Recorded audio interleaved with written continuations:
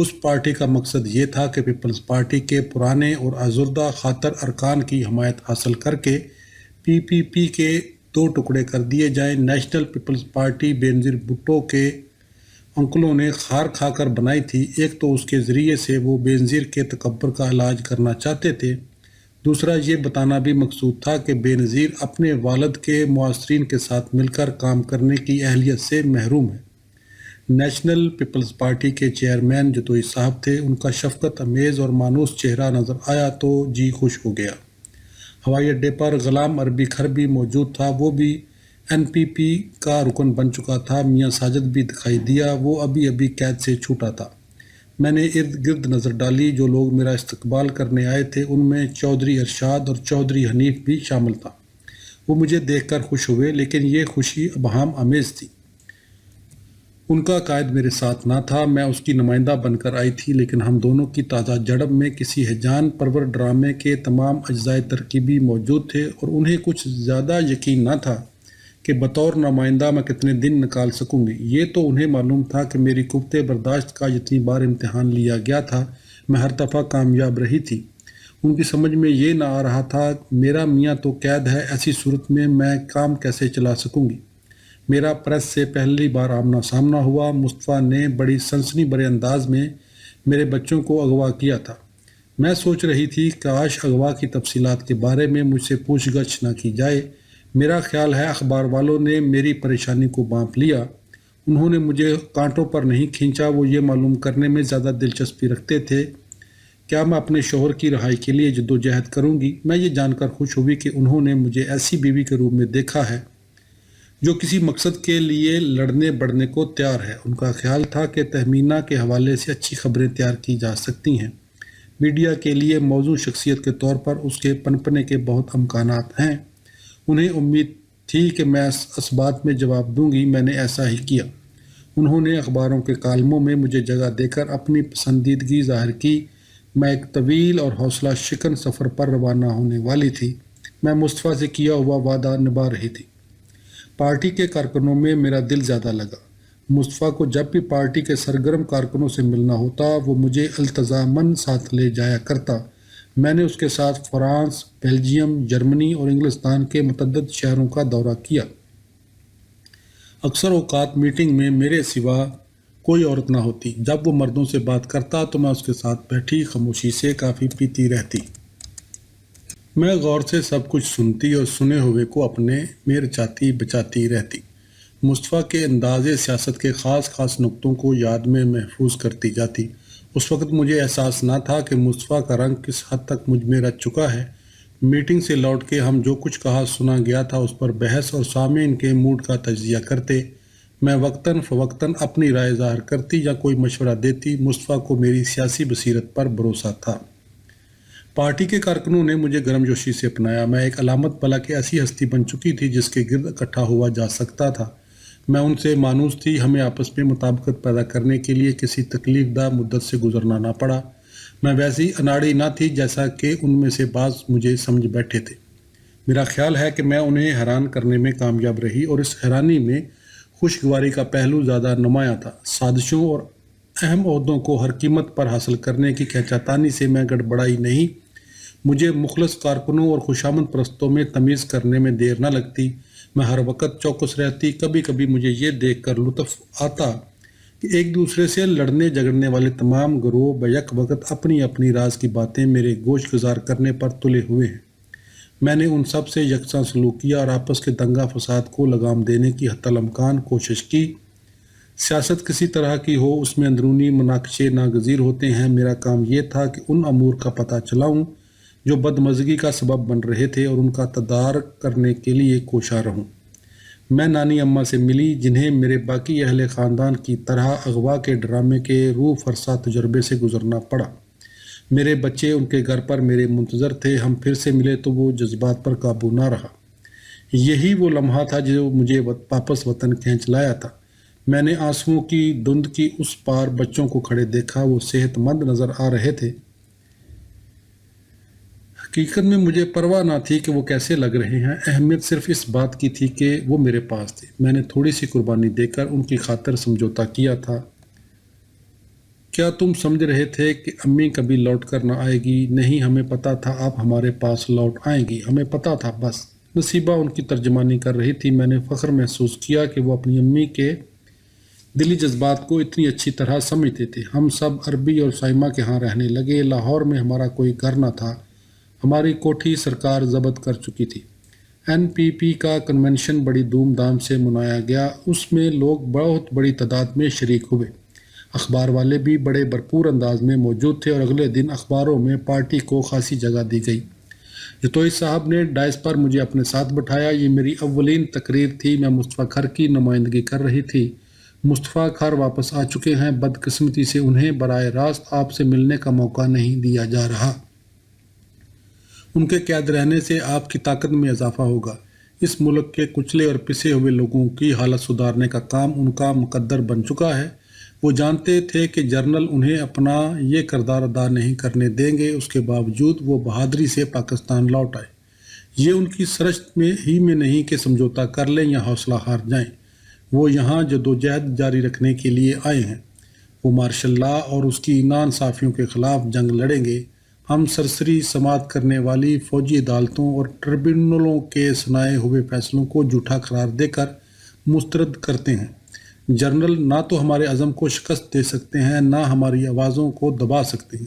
مصطفیٰ کھر ان بد نصیبوں کے ساتھ رہنے کے لیے واپس آئے ہیں جنہیں مارشل لا اپنا نشانہ بنایا ہے۔ ان بد نصیبوں کے درمیان ان کی موجودگی نے انہیں ستم رسیدہ کارکنوں کی صف میں لا کھڑا کیا۔ انہیں فخر ہے، وہ عام آدمی کے شانہ بشانہ کھڑے ہیں۔ جنرلوں کو یہ احساس دلانا ضروری ہو گیا ہے کہ پاکستانی عوام کو ان کی غیر قانونی حکومت قبول نہیں۔ مصطفیٰ کھر اپنے تمام ساتھیوں کو ہدایت کرتے ہیں کہ وہ جتوئی صاحب کی قیادت میں متحد ہو جائیں۔ آپ کی یہاں موجودگی اس بات کا ثبوت ہے کہ آپ کو مصطفیٰ کی قیادت پر یقین تھا، ہے اور رہے گا۔ آپ نے ہمارا ساتھ دیا تو مصطفیٰ جلد ہی رہا ہو کر ہم سے آ ملیں گے۔ مصطفیٰ کے سوا کوئی قابل ذکر رہنما جیل میں نہ تھا۔ اپنے اثاثوں کا اعلان نہ کرنے کے جرم میں اس پر اس کی غیر موجودگی میں فوجی عدالت میں مقدمہ چلا تھا اور 16 سال قید بامشقت کی سزا سنائی گئی تھی۔ مزید برآں عدالت نے یہ حکم بھی دیا تھا کہ اس کی تمام منقولہ اور غیر منقولہ املاک اور اثاثوں کو ضبط کر لیا جائے۔ میرے پاس ٹک کر بیٹھنے اور خود کو پاکستان کے حالات کے مطابق ڈالنے کے لیے 15 دن تھے۔ کسی قسم کے ثقافتی صدمے سے گزرنے کی فرصت ہی نہ تھی۔ سیاسی دوڑ دھوپ کی وجہ سے مجھے یہ موقع بھی نہ ملا کہ اطمینان سے بیٹھ کر اپنی جذباتی شکستوں کا حساب کتاب کرتی۔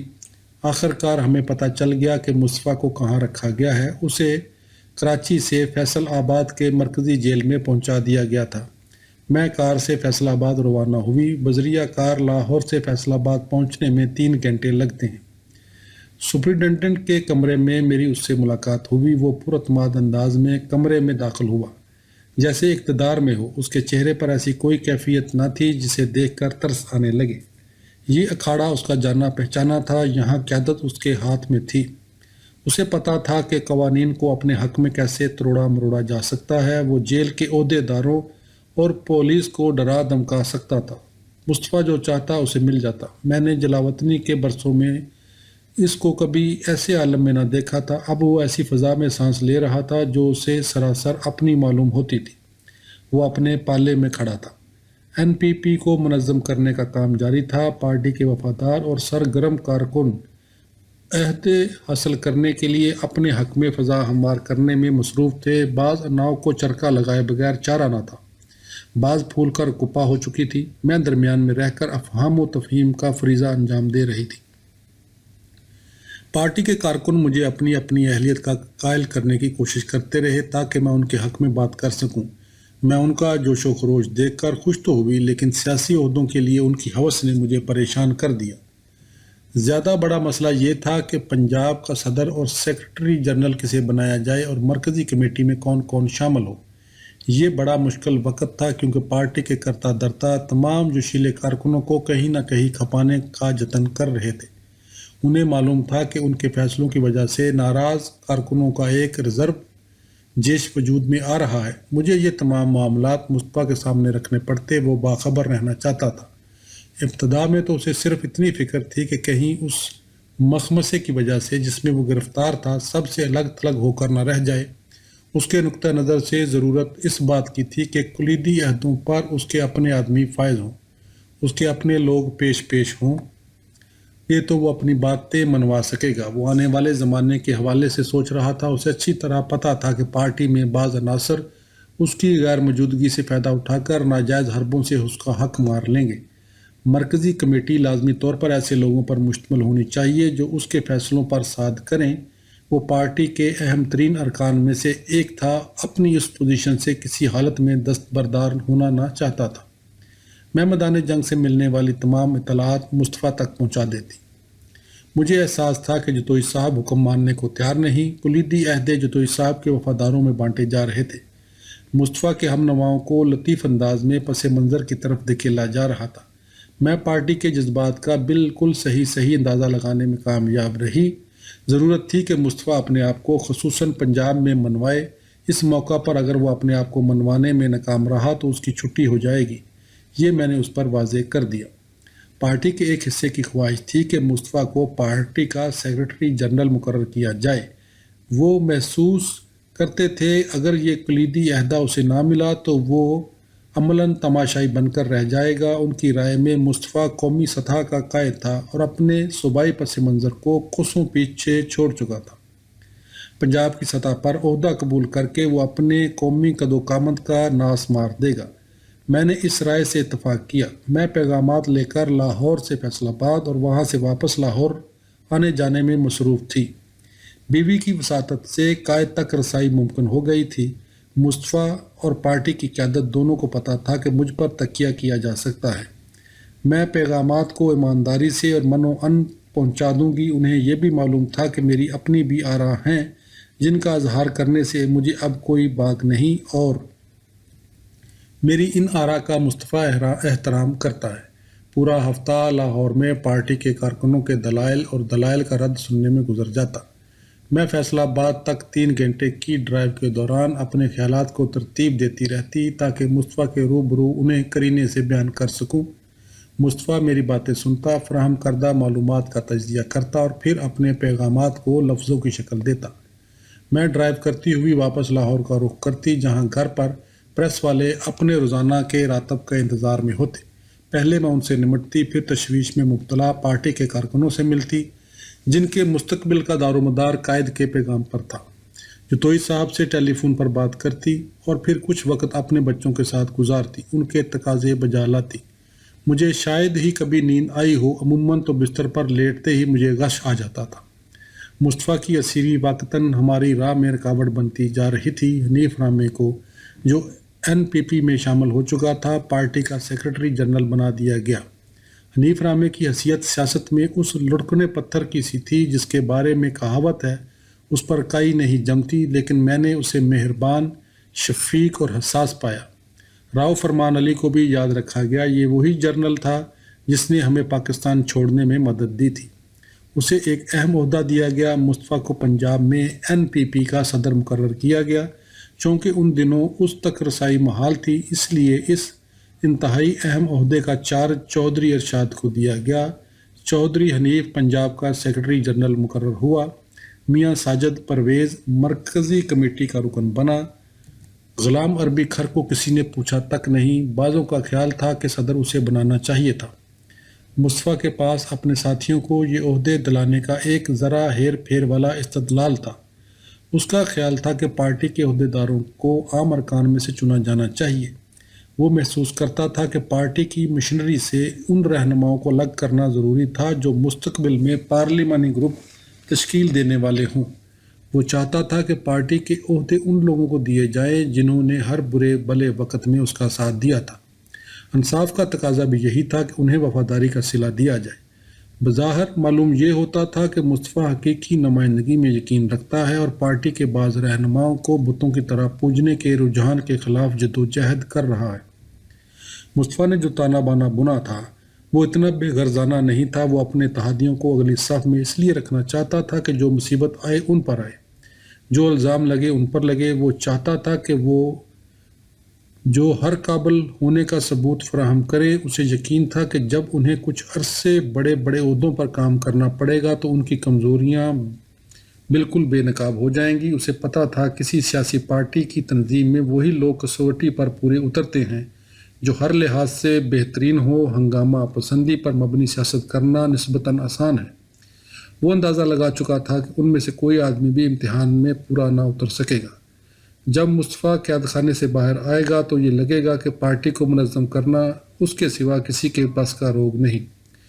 یہ آزمودہ اور تیر بہدف چال اس نے بھٹو صاحب سے سیکھی تھی۔ ہمیشہ دھماکہ کرو، اٹھنے والے دھوئیں میں قدم رکھو، بچے کھچے ٹکڑے اٹھا لاؤ، ثابت کر دو تمہارے سب ساتھی خواہ مخواہ کا بوجھ ہیں، خود سر بلند رہو۔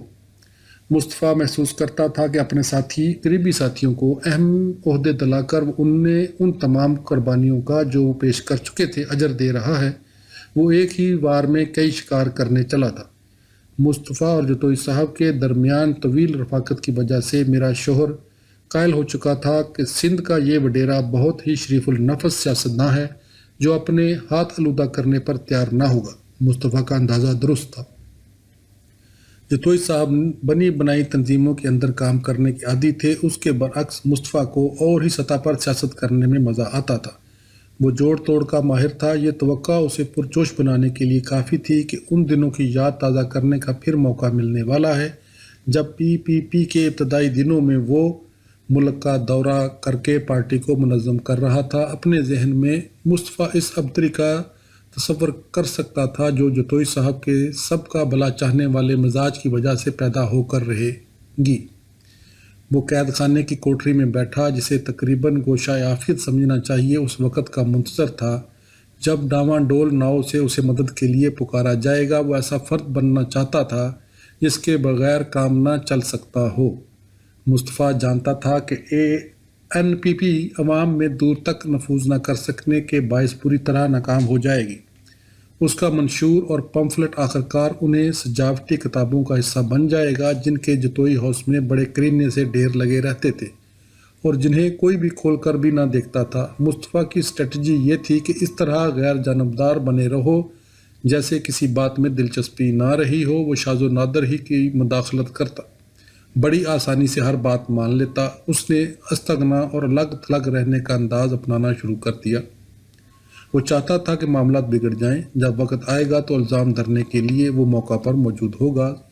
یہ سب اداکاری تھی۔ بہت سے لوگ یہ سمجھے کہ شیر اب کٹ کھانا نہیں رہا۔ اس غلط فہمی میں مبتلا ہو کر وہ اس کے کچھار میں جا گھسے۔ اس کا شکار بننے والوں میں خود جتوئی صاحب بھی شامل تھے۔ نجی محاذ پر مصطفیٰ نے اور کچھ ہو نہ ہو استغنا کو پاس بھی نہ پھٹکنے دیا۔ میں ابتدا میں 15 دن میں صرف ایک بار فیصل آباد جا کر اس سے مل سکتی تھی۔ یہ قطعی طور پر ناکافی تھا۔ ہم میں ایک روح فگار اور ڈرامائی ماجرے کے بعد پھر سے ملاپ ہوا تھا۔ ہمارے تعلقات ابھی سرسری تھے۔ جو زخم اس نے مجھے لگائے تھے ان میں اب تک جلن محسوس ہوتی تھی۔ واقعات بہت تیزی سے پیش آئے تھے۔ وہ میرا دل ابھی پوری طرح جیت نہ سکا تھا۔ وہ چاہتا تھا کہ میرے ساتھ کچھ وقت گزارنے کا موقع ملے تاکہ دماغ شعبی کے عمل کا ازسر نو آغاز کیا جا سکے۔ اسے میری آزادی سے چڑ تھی اور کڑتا رہتا تھا کہ میں اتنا وقت اس سے دور رہ کر کیوں گزارتی ہوں۔ صاف یہاں تھا کہ وہ خود کو بہت غیر محفوظ محسوس کر رہا تھا۔ اسے ڈر تھا کہ کہیں میں اس سے انتقام نہ لوں اور جانتا تھا کہ وہ مجھ سے بدلہ لینے کی پوزیشن میں نہیں۔ مجھے پتا تھا کہ اس کا ذہن ہر وقت ادھیڑ بن میں لگا رہتا ہے۔ اس کے نقطہ نظر سے مجھ سے زیادہ بار ملنا ضروری تھا۔ وہ تنہا اسیری کی صعوبت اٹھانے کو تیار نہ تھا۔ وہ چاہتا تھا کہ اس کے ساتھ میں بھی قید ہو کر رہ جاؤں۔ میں نے کہہ سن کر مصطفیٰ سے یہ منوا لیا کہ میں لاہور میں کوئی مکان کرائے پر لے لوں تاکہ بچوں کے ساتھ کہیں ٹک کر رہنا تو شروع کیا جائے۔ میں مکان حاصل کرنے کے لیے مری جا رہی تھی۔ مجھے اچھا نہیں لگتا تھا میرے ہاتھ میں ہر وقت سوٹ کیس رہے۔ زندگی اس طرح نہیں گزاری جا سکتی۔ بچوں کو اچھے انگریزی اسکولوں میں داخلہ مل گیا۔ اغوا کے واقعے سے انہیں بہت زیادہ نفسیاتی صدمہ نہیں پہنچا تھا۔ اس بات کا ان کے پاس ایک ہی ثبوت تھا کہ وہ پاکستان کی اجاڑ جگہوں میں گھومتے پھرتے رہے ہیں۔ ان کے سروں میں جوئیں ہی جوئیں تھیں۔ میں دہشت زدہ ہو گئی۔ مجھے سچ مچ انہیں دونی دینی پڑی۔ یہ ایک طویل اور سخت جنگ تھی۔ آخرکار اس وبال سر پر جراثیم کش ادواؤں کو فتح حاصل ہوئی۔ میں نے سوچا خدا کا شکر ہے میں لوٹ آئی ورنہ جوئیں میرے بچوں کو کچا کھا جاتی۔ ہمیں ابھی چین سے بیٹھنا نصیب ہی ہوا تھا کہ مصطفیٰ نے کھنڈت ڈال دی۔ اس نے مجھے مہلت دی تھی، وہ مجھے فوراً بہت سختی سے رگیدنا چاہتا تھا۔ اس نے بڑے صبر سے کام لیا، لیکن اس کی ذات میں چھپا ہوا تخریب پسند ایک بار پھر جیت گیا۔ وہ ایک صبح ناشتے پر اخبار اٹھا کر جو دیکھا تو اس میں خبر تھی کہ مصطفیٰ کو جیل میں دل کا دورہ پڑا ہے۔ میں حواس باختہ ہو گئی۔ ہوم سیکرٹری سے اپنے بیمار شوہر سے ملنے کی خصوصی اجازت حاصل کر کے جٹ پٹ فیصل آباد کی راہ لی۔ غلام عربی اور غلام ربانی کھر میرے ہمراہ تھے۔ مصطفیٰ کو فیصل آباد ہسپتال منتقل کیا جا چکا تھا۔ ہسپتال کے ایک حصے کو ضمنی جیل کی شکل دے دی گئی تھی۔ ہسپتال کی اس طرح حفاظت کی جا رہی تھی جیسے وہ کوئی قلعہ ہو۔ اہل اختیار کسی قسم کا خطرہ مول لینے کو تیار نہ تھے۔ ہسپتال میں لوگوں کے ٹھٹ لگے ہوئے تھے۔ کچھ لوگوں کو رات بھر جاگتے رہنے پر مامور کیا گیا تھا۔ بہت سے مرد عورتیں ادھر ادھر بیٹھے کلام پاک کی تلاوت کرنے یا تسبیح میں مشغول تھے۔ وہ اپنے قائد کی صحت یابی کے لیے دعائیں مانگ رہے تھے۔ میں نے مصطفیٰ کے کمرے میں قدم رکھا۔ مجھ پر خوف طاری تھا۔ مصطفیٰ بستر پر بیٹھا مسکرا رہا تھا۔ یہ پاکستان ہے، یہاں سب کچھ ممکن ہے۔ میں نے یہ چکر جیل کے ڈاکٹر سے مل کر چلایا ہے۔ جیل مینول میں لکھا ہے اگر قیدی کی زندگی خطرے میں ہو تو اسے ہسپتال منتقل کر دیا جائے۔ یہ مینول انگریزوں نے مرتب کیا تھا، آؤ ان کا شکریہ ادا کریں۔ ہمارا کام قانون میں رکھنے تلاش کرنا تھا، سو ہم نے تلاش کر لیے۔ دوسری حسب مطلب شک جو مصطفیٰ نے ڈھونڈ نکالی تھی یہ تھی کہ قیدی ہسپتال میں ہو تو اس کے لواحقین روز ملنے آ سکتے ہیں۔ جیل مینول میں یہ شکیں صرف انسانی ہمدردی کی خاطر شامل کی گئی تھی، لیکن مصطفیٰ نے انہیں ایک ظالمانہ چال میں بدل ڈالا جس سے الو سیدھا کرنا مقصود تھا۔ اصرار کرنے لگا میں روز اس سے ملنے آیا کروں۔ اگر میں ان قواعد کی پابندی نہ کرتی جو ہمارے استعماری آقا مرتب کر کے ہمارے لیے چھوڑ گئے تھے تو مجھے احساس دلایا جاتا کہ میں خطاوار ہوں۔ اب میرے وقت کو یرغمال بنا لیا گیا۔ میں ڈرائیو کر کے فیصل آباد جاتی، وہاں 2 گھنٹے قریب گزارتی، مصطفیٰ کے ساتھ دوپہر کا کھانا کھاتی، ڈرائیو کر کے لاہور واپس آتی، اخبار والوں سے ملتی، کچھ وقت اپنے بچوں کے لیے نکالتی اور تھکن سے چور ہو کر بستر پر جا گرتی۔ در حقیقت مصطفیٰ کو معدے میں جلن کی شکایت تھی، دل کا دورہ نہیں پڑا تھا۔ وہ مکمل طور پر صحت مند تھا۔ اس کی صحت یابی کی دعا مانگنے کے لیے روزانہ جمع ہونے والے لوگ حیران ہوتے کہ اس کے کمرے سے دم دم کی آواز کیسی آ رہی ہے۔ ان کا قائد ورزش کر رہا تھا۔ وہ سر کے بل کھڑا، ٹانگ پر ٹانگ رکھے، دنیا کو ایک ٹیڑھے بیڑے تناظر میں دیکھنے میں محو تھا۔ میری زندگی کا پھر کوئی سر پیر نہ رہا تھا۔ اگر میری نانی اور سائمہ اور میری خالائیں سمر اور نسرین مجھے سہارا نہ دیتی تو میرے اعصاب بھی جواب دے جاتے اور صحت بھی۔ میری کوئی سہیلیاں تو تھی نہیں، انہوں نے سہیلیوں کی کمی پوری کر دی۔ 20 دن تک مجھے بلا ناغہ فیصل آباد جانا پڑا۔ ایسا لگتا تھا بس بے ہوش ہو کر گری کے گری۔ میرا کوئی عذر قبول نہ کیا جاتا، کوئی شکایت نہ سنی جاتی۔ میرا اس کی خدمت میں حاضر ہونا لازمی تھا، چاہے مجھے تیز بخار کیوں نہ چڑھا ہو۔ وہ کبھی یہ نہ کہتا کہ تمہاری طبیعت اتنی خراب تھی تو تم نہ آتی۔ اس کے خیال میں مجھے تو آنا ہی تھا۔ بیوی ہونے کے ناطے یہ میرے فرائض میں شامل تھا۔ وہ قیدی ہونے کی وجہ سے ہر طرح کی ہمدردی کا مستحق تھا، محض اس لیے کہ وہ مصیبت میں گرفتار تھا۔ میں نے خود کو اس کی ہر من مانی کے آگے سر جھکاتے دیکھا، گویا وہ نامقبولیت اور بے حسی کا ثبوت دے رہا تھا۔ میں اس سے جھگڑ نہ سکتی تھی۔ وجہ یہ تھی کہ ہم دونوں اس وقت برابری کی سطح پر بات نہ کر سکتے تھے۔ میں صورتحال کو مزید بگاڑنا نہ چاہتی تھی۔ وہ مستقل غیر یقینی کے عالم میں جی رہا تھا، اس کی زندگی خطرے میں تھی۔ اس کے مستقبل کا کچھ ٹھیک نہ تھا۔ اسے یہ بھی پتہ نہ تھا کہ کتنی مدت جیل میں رہنا پڑے گا۔ اس کی بے چارگی بالکل عیاں تھی۔ اچانک اس کی ماں جی بیمار ہو گئی، انہیں ملتان کے نشتر ہسپتال لے جایا گیا۔ مصطفیٰ کو بھی وہیں منتقل کر دیا گیا۔ قدرتی طور پر مجھ سے بھی یہی توقع کی گئی کہ آزمائش کی گھڑی میں اس کے ساتھ رہوں گی۔ ملتان میں میں نے میاں مشتاق اور اس کی بیوی شاہدہ کے پاس قیام کیا۔ دونوں میاں بیوی بڑے کمال کے میزبان ثابت ہوئے۔ مصطفیٰ کی ماں جی پر مہینے بھر غشی کا عالم طاری رہا۔ میں ایک دن بھی ان کے پاس سے نہ ہلی۔ میرے بچے اسکول کی وجہ سے لاہور میں تھے اور صرف جمعرات اور جمعے کو ہمارے پاس آ سکتے تھے۔ ان کی دیکھ بھال دائی عائشہ کے ذمے تھی اور میں نے محسوس کیا کہ انہیں اتنی توجہ نہیں مل رہی جتنی ملنی چاہیے۔ میں مصطفیٰ سے کہتی رہی تھی کہ مجھے لاہور جانے دو، وہ ہمیشہ انکار کر دیتا۔ مجھے اس بارے میں لیکچر پڑھایا جاتا کہ بطور بیوی اور بہو مجھے کیا کردار ادا کرنا چاہیے۔ میں نے محسوس کیا کہ جو کردار مجھے دیا جا رہا تھا اس کے لیے میں سراسر ناموزوں تھی۔ ماں کا کردار ادا کرنے کی آرزو مند تھی۔ آخر کار مصطفیٰ کی ماں جی وفات پا گئی۔ مجھے لگا میری جبری قید ختم ہونے کا وقت آ پہنچا۔ مصطفیٰ کے ذہن میں کچھ اور منصوبے تھے، دل کے ایسے عارضے کے علاج کے لیے جس کی تشخیص نہ ہو سکی تھی، جو اتنا نادر تھا کہ اسے معدوم سمجھنا چاہیے۔ مصطفیٰ ملتان ہی میں ٹھہرے رہنا چاہتا تھا۔ اس نے کہا کہ میں بچوں سمیت ملتان چلی آؤں۔ مجھے اپنے کانوں پر یقین نہ آیا۔ میں ابھی لاہور میں ایک مکان میں منتقل ہوئی تھی جس کا ظاہری روپ تازہ تازہ سنوارا گیا تھا۔ بچوں کا اپنے اپنے اسکولوں میں دل لگ گیا تھا۔ مصطفیٰ کی بات کی کوئی تک نہ تھی۔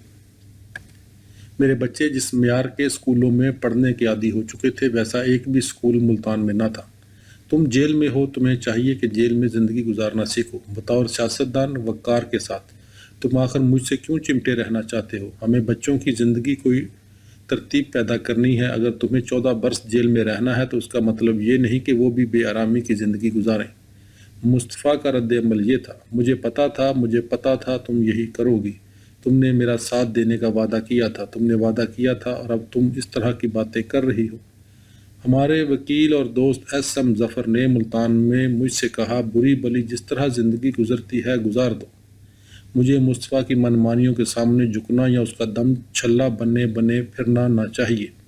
کاش یہ بات وہ مصطفیٰ سے کہتے، لیکن پھر بھی یہ بھی تو ہے کہ اچھے وکیل اپنے موکلوں سے ہدایات لیتے ہیں، موکلوں کو ہدایات دیتے نہیں۔ حسب معمول مصطفیٰ نے مجھے زچ کر دیا۔ ہمارے گھر کے سارے ساز و سامان کو اٹھا کر ملتان پہنچانا پڑا۔ بچوں کو اسکولوں میں داخلہ ملا جہاں کے استاد انگریزی لفظوں کے تلفظ اور معنی کے لیے میرے ننھے منوں سے رائے طلب کرتے تھے۔ بچے حیران بھی ہوئے اور تھوڑے سے پریشان بھی۔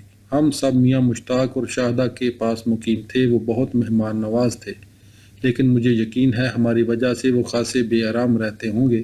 ان کے 3 اپنے بیٹے تھے اور مکان بھی حویلی نما نہ تھا۔ اپنے 4 بچوں اور ملازمہ کے ساتھ ان کے ہاں رہتے مجھے لگتا تھا جیسے میرا کسی نامعقول قسم کے قبضہ گروپ سے تعلق ہے اور میں زبردستی وہاں ٹکی ہوئی ہوں۔ بہرحال خرابی صحت کے ہاتھوں مجھے وہاں سے بے دخلی کا نوٹس مل گیا۔ میں بیمار ہو گئی، میرے سینے پر ایک کسٹ نمودار ہو گیا۔ ڈاکٹروں نے کہا کہ بایوپسی کرنی پڑے گی۔ مجھے سخت فکر لاحق ہوئی۔ نانی اماں بھی بہت پریشان ہوئیں۔ انہوں نے تقاضا کیا کم از کم کچھ دیر کے لیے تو میں مصطفیٰ کو بلا کر اپنی صحت کا خیال رکھوں۔ مصطفیٰ کو مطلع کیا گیا، مجھے آپریشن کرانا پڑے گا، کرا لو یہیں پر اسی اسپتال میں۔ میں نے بلا تامل انکار کر دیا۔ وہاں آپریشن کرانے کے خیال ہی سے مجھ پر لرزہ طاری ہو گیا۔ ہسپتال کیا تھا، ڈراونا خواب تھا۔ اس کی کوئی کل سیدھی نہ تھی۔ حفظان صحت کا کوئی خیال نہ رکھا جاتا تھا۔ میں نے اس کے بارے میں ہولناک کہانیاں صرف سنی ہی نہ تھی، بلکہ اپنی ساس کی بیماری کے دوران وہاں کے حالات کو بچشم خود بہت قریب سے دیکھا تھا۔ آپریشن تھیٹر کی روشنیاں نازک مزاج واقع ہوئی تھیں اور جنریٹر اپنی مرضی کا مالک تھا۔ لوڈ شیڈنگ کسی طرح سے عین اسی وقت ہوتی تھی جب ہنگامی آپریشن کیے جا رہے ہوں۔ آپریشن کے بعد مریض کی دیکھ بھال کے تصور سے ہسپتال کا عملہ بالکل ناآشنا تھا۔ ٹانکوں میں پیپ پڑ جانے کے کیس نشتر میڈیکل ہسپتال میں روز ہوتے تھے۔ میں مصطفیٰ کی ماں جی کے کیس کا ذکر کیا۔ دیکھو ان لوگوں نے ماں جی کے ساتھ کیا کیا۔ میں یہاں آپریشن نہیں کرا سکتی، میں کراچی جا رہی ہوں۔ شاید مجھے سرطان ہو، میں یہاں آپریشن کرانے کا خطرہ مول نہیں لے سکتی۔ فرض کرو یہ افزائش خبیث نکلے، یہاں والے تو بتا بھی نہ سکیں گے کہ یہ خبیث ہے یا نہیں۔ میرے ساتھ اس طرح پیش نہ آؤ۔ کیا میری زندگی کی تمہارے نزدیک کوئی اہمیت نہیں؟ کیا تم چاہتے ہو میں مر جاؤں؟ مصطفیٰ مریضانہ قسم کے گھٹیا فلمی مکالمے بولنے پر اتر آیا۔ کم از کم میں تمہارے پاس تو ہوں گا، میں تمہارا ہاتھ تھامے رہوں گا۔ زندگی کے اس مرحلے میں اگر کوئی چیز میرے نزدیک سب سے کم اہم تھی تو وہ اس کے ہاتھ تھے۔ میں نے ہار ماننے سے انکار کر دیا۔ میں کراچی میں آغا خان اسپتال جانا چاہتی تھی۔ اس کی خواہشات کو ٹھکرا کر اور ان شکایات کی پرواہ کیے بغیر جو اس نے میرے اڑیل پن، خود غرضی اور نافرمانی کے بارے میں اپنے بھائیوں سے کی تھی۔ میں کراچی جتوئی ہاؤس کے لیے روانہ ہو گئی۔ جتوئی صاحب کی بیگم کیکس نے مجھے اتنا سہارا دیا کہ سارے خاندان کی کمی پوری کر دی۔ جب میرا آپریشن ہوا تو وہ آپریشن تھیٹر کے باہر انتظار کرتی رہیں۔ جب میں صحت یاب ہونے اور اپنی بایوپسی رپورٹ ملنے کا انتظار کر رہی تھی اور میرے ٹانکے ابھی تازہ تھے تو ملتان سے فون آیا۔ پارٹی کا کوئی کارکن بول رہا تھا۔ مجھے کھر صاحب نے یہ پیغام دینے کے لیے کہا ہے، برائے کرم فوراً واپس آ جائیں۔ کھر صاحب کو بتا دو ابھی میرے ٹانکے نہیں کھلے، میں نہیں آ سکتی۔ مصطفیٰ کو اندازہ تھا میری طرف سے یہ جواب ملے گا۔ کارکن نے بہت مؤدبانہ انداز میں کہا، کھر صاحب فرماتے ہیں یہ ان کا حکم ہے، ٹانکے ملتان میں کھولے جا سکتے ہیں۔ جتوئی صاحب میرے پاس تھے، انہیں مصطفیٰ پر بڑا تاؤ آیا۔ کھر صاحب کو بتا دو میں ان کے نامعقول احکام ماننے کو تیار نہیں، وہ مجھے ایسے حکم نہ دیں جن کے بارے میں وہ خود بھی جانتے ہیں کہ میں انہیں ہرگز نہ مانوں گی۔ میں نے فون کو واپس پٹخ دیا۔ جتنا وقت درکار تھا میں اتنی دیر وہاں رہی۔ کس بے ضرر نکلا، موذی تو خود مصطفیٰ تھا۔ میں طیارے کے ذریعے ملتان پہنچی۔ جو کارکن جمع تھے ان کے چہروں پر تشویش کے آثار تھے۔ ٹیلی فون پر ہونے والی گفتگو کی مہربانی سے ہماری تازہ ترین جھڑپ کی خبر عام ہو چکی تھی۔ میں پارٹی کے عہدیدار کا کردار اتنی خوش اسلوبی سے انجام دیتی رہی تھی کہ کارکن غالباً یہ بھول چکے تھے کہ میں ان کے قائد کی بیوی بھی ہوں۔ وہ مجھ سے پوچھنے لگے کہ میں مصطفیٰ کے رد عمل کے بارے میں خوفزدہ کیوں نہیں۔ میں نے انہیں بتایا کہ اس کا رویہ غیر معقول تھا اور کوئی وجہ نہ تھی کہ میں اس سے خوف کھاؤں۔ میں مصطفیٰ کے کمرے میں داخل ہوئی، وہ غصے سے کھول رہا تھا۔ وہ اول پھول بکنے لگا اور جب اس نے محسوس کیا مجھ پر کوئی اثر نہیں ہو رہا تو مجھے کندھوں سے دبوچ کر دروازے کی طرف دھکیلتے ہوئے کہا، اب بہت دیر ہو گئی، بس چلی جاؤ۔ میں نے 1 یا 2 سیکنڈ کے لیے اس کی آنکھوں میں آنکھیں ڈال کر دیکھا اور چلی آئی۔ میں 2 دن اس سے ملنے نہ گئی تو مصطفیٰ پر بوکھلاہٹ طاری ہو گئی۔ اس نے پیغاموں کا تانتا باندھ دیا، معافی مانگ لی۔ میں اس کے سامنے جھک گئی۔ مجھے اس کی سنگ دلی سے بڑا دکھ پہنچا تھا۔ اسے میری صحت کا کوئی خیال نہ تھا، صرف اپنے تنہا رہ جانے کی فکر ستا رہی تھی۔ بچے روز اپنے باپ سے ملنے جاتے اور دوپہر کا کھانا اس کے ساتھ کھاتے، پھر وہ پرائیویٹ ٹیوشنیں پڑھنے چلے جاتے۔ میں شام کے 6 بجے مصطفیٰ سے رخصت ہوتی اور اپنے ذہن میں میڈیکل بلیٹن مرتب کرتی، جو کچھ سوچتی اسے پریس کے آگے اگل دیتی اور اگلی صبح اپنا کہا بے جان عبارت کی صورت میں چھپا ہوا پڑھ لیتی۔ یہ سلسلہ 6 ماہ جاری رہا۔ میں بہت بیمار ہو گئی۔ میرے رحم میں سنگین نوعیت کی اندرونی پیچیدگیاں پیدا ہو گئیں۔ ڈاکٹروں کا خیال تھا یہ عارضہ ایک تو زیادہ بچے جننے سے اور دوسرے نشتر میڈیکل کالج ہسپتال کی سیڑھیاں اترتے چڑھتے رہنے سے لاحق ہوا تھا۔ مجھے سرجری کی ضرورت تھی۔ یہ کہنا آسان تھا اور کرنا مشکل۔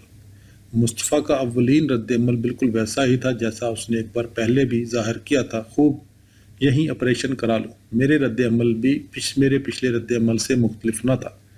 بحث کا آغاز ہوا۔ میں نے اسے بتایا کہ اگر کراچی بہت دور ہے تو میں لاہور میں شیخ زید ہاسپٹل میں داخل ہو جاتی ہوں۔ مصطفیٰ کہنے لگا وہ مجھے امراض نسواں کے کسی مرد معالج کے پاس ہرگز نہ جانے دے گا۔